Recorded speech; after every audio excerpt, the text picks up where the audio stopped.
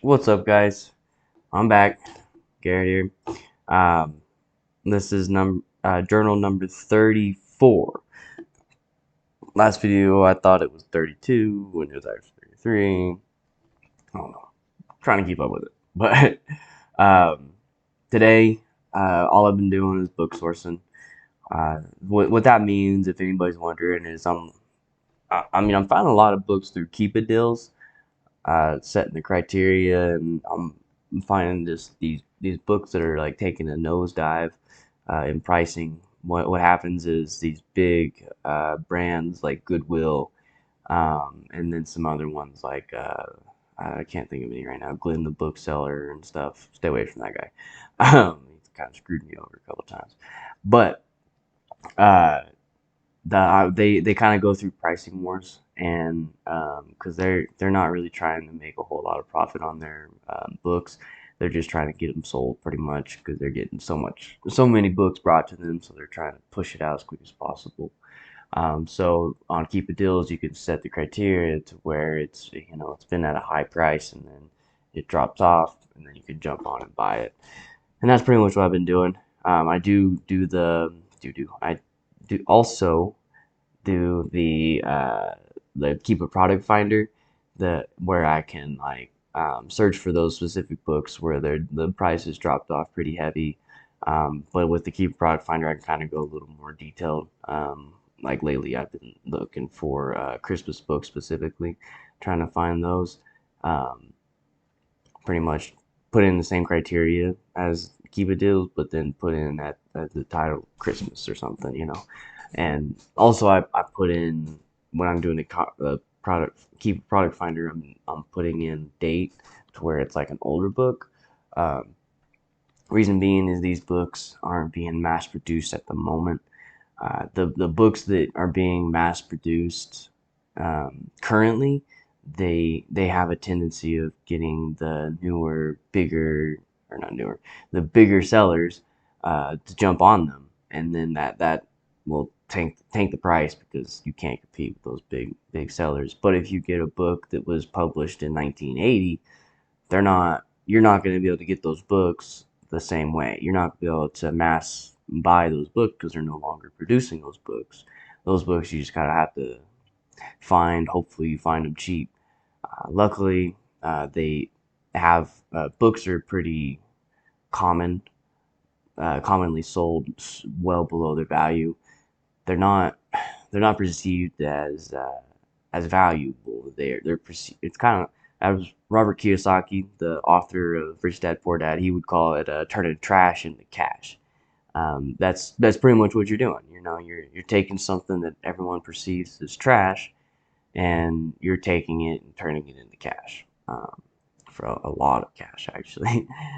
So it's super beneficial. The and like I've explained why I'm doing books several times, but today is a good example. Like I got a sale today for a book that I bought at Goodwill, back whenever I was still doing that. Um, but my profits, I had sold one product with $13 profit, but then I had like an Amazon fee that came out. I can't remember exactly what it is, but Amazon fee came out and pretty much ate all that profit up. So, but then I got this book sold and I got $14 of profit on one book, and that's just massive. Like books are just gonna help my profit a lot because the ROI on them are insane. So I know that that's going to eventually pay off if I continue to, feed it. The problem with books is like you can't. You can probably do it with not a lot of books, but the way from my experience, it's been you kind of need a big catalog of books in your inventory in order to really see like daily sales.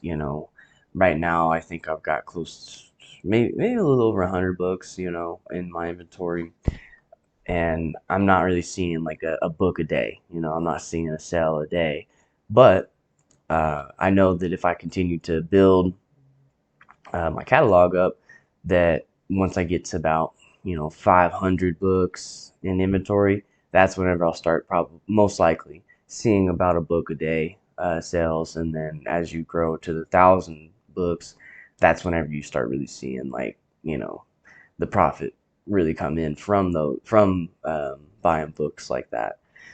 I mean, it's definitely a long game. It's not with a traditional online arbitrage. You can buy them and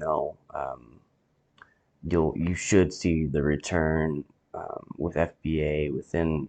I mean, if everything goes right, shipment goes to you right away, and you send it right away to Amazon, and they check it in fast enough, it could be within a month. Um, but expect delays. So it could be 6 months or 6 weeks to 8 weeks whenever you see like return on all that. So, um, but with books, you're buying a book today, and you'll most likely, depending on the seasonality and all that, you'll most likely see the sale in like 2 to 3 months. But that's the reason why I want to get into this, because like all the books that I'm buying this month is gonna help me during Christmas time. You know what I'm saying? Like whenever I go home and I take a break from buying for a little bit, um, probably won't take it this big of a break. Probably working at home a little bit, but it's definitely going to. Once I go home, I'm definitely not going to be working as much as I am now.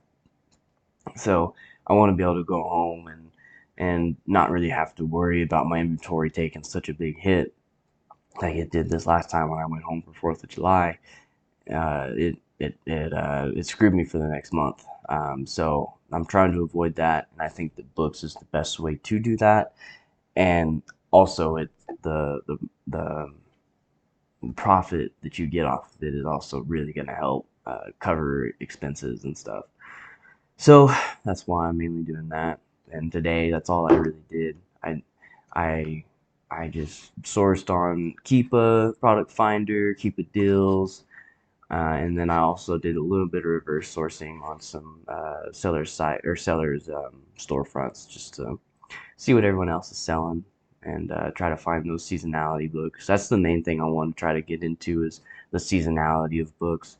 It's like I want my OA products on, or sorry, traditional OA products to carry me through the months where books, kind of take a slow down, but then capitalize on like all the holidays, like Valentine's Day, Easter, Fourth of July, all of those holidays that kind of get a bump. There's like some Jewish holidays that really pop off with books. Christmas is, by far the best. There's so many Christmas books that people try to get. And when I'm looking for other books, it seems like it's not as big, but that's why I want to do a little bit of hybrid of online arbitrage, traditional, and then online arbitrage books for now. Um, I just need to stick to it for a while. For the last 2 months, month or two since I've been doing these videos, I've kind of went from, gung ho about wholesale to, looking at only going back to only online arbitrage. And then really I'm kind of being a reacting off of how my money is. Because like right now, I'm not doing the greatest with money. I'm finally coming back. Like my sales today at 111, and I'm at $18 profit. That book saved me for the day so far. Yesterday it was at 500 and crap. There we go. $563 in sales, and then $74 of profit. And then so for the month, I'm at 6,962 in sales, and then $192 or negative 192. Oh, damn it, negative $109 of profit. So I'm still in the negatives. Clawing my way out though this month for sure doing that. Last month was by far the worst month, but this month I'm getting there. I think that it's the 27th of September. So there's a chance that I could get back to the positives where I'm breaking even with profit. I'm not. Um, if it happens, awesome. If not, I'm okay. Next month, I guarantee I'll be pushing the issue with reducing my expenses so much.